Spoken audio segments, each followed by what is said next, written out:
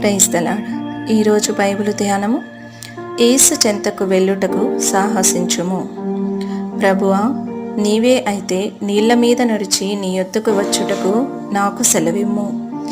మత్తయి సువార్త 14వ అధ్యాయము 28వ వచనము.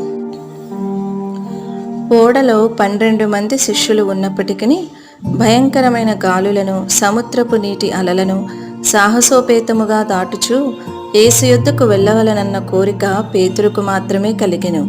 అదే విధముగా అనేకులు యేసు చేత సంధించబడి ఆయన యొక్క ప్రేమగల కృపను మరియు అద్భుతమైన శక్తిని ఎరిగి ఉన్నప్పటికీ పేతురు వలె సాహసించి యేసు యొద్దకు వెళ్ళువారు అతి తక్కువ మంది మాత్రమే ఉన్నారు.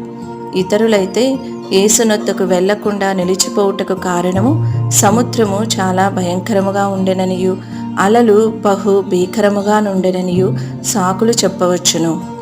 నిజమైన క్రైస్తవ జీవితము నీళ్ల మీద నడుచునట్టు జీవితమే గాని సుఖముగా పడవలో ప్రయాణము చేయునదియో లేక సముద్ర తీరమునందు ఎండలో చలికాచుకున్నట్టు అనుభవమో కాదు. నిజమే, గాలి అలలు భీకరముగానున్నను వాటినన్నిటినీ ఎదిరించి ఆయన చెంతకు వెళ్ళవలనని యేసు కోరుచున్నాడు. నీళ్లపై నడిచి నీ దగ్గరకు వచ్చుటకు నాకు సెలవిమ్మని పేతురు అడిగినప్పుడు యేసు ఎంతగా సంతోషించి ఉండవచ్చును. రమ్ము అని మధురముగాను క్లుప్తముగాను యేసు జవాబిచ్చిరి.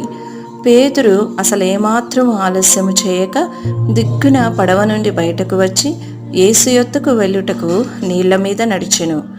దేవుని పిల్లలు కొందరు నీళ్ల మీద నడవకుండానే యేసు యొద్దకు వెళ్ళవలనని కోరుదురు. నీళ్లు శ్రమలు, కష్టములు, పాప సంబంధమైన శోధనలు మొదలగు వాటికి సాదృశ్యముగా ఉన్నవి. వీటిని జయించకుండా మనమెప్పటికీ యేసు యొద్దకు చేరలేము.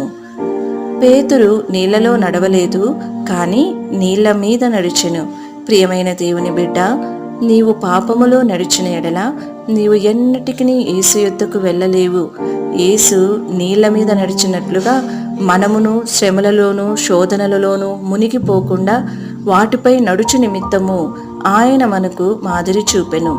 మర్త్య శరీరములో ఉండియు పాపమును అధిగమించి జీవించుట నిజముగా దేవుని కృప ద్వారా సాధ్యమగుచున్నది. యేసు నీళ్లపై నడుచుట ఈ సత్యమునకు ఛాయగానున్నది. పేతురు వలె మనము కూడా సాహసించి యేసు చెంతకు వెళ్ళుదము గాక. ఈ వీడియో యొక్క పూర్తి స్క్రిప్ట్ కావాలంటే దయచేసి డిస్క్రిప్షన్లో చూడండి. ఈ వీడియో ఆంగ్లము మరియు హిందీ భాషలలో కావాలంటే ఛానల్ను సబ్స్క్రైబ్ చేయండి మరియు వీడియోలను క్రమంగా అనుసరించండి. Praise the lord.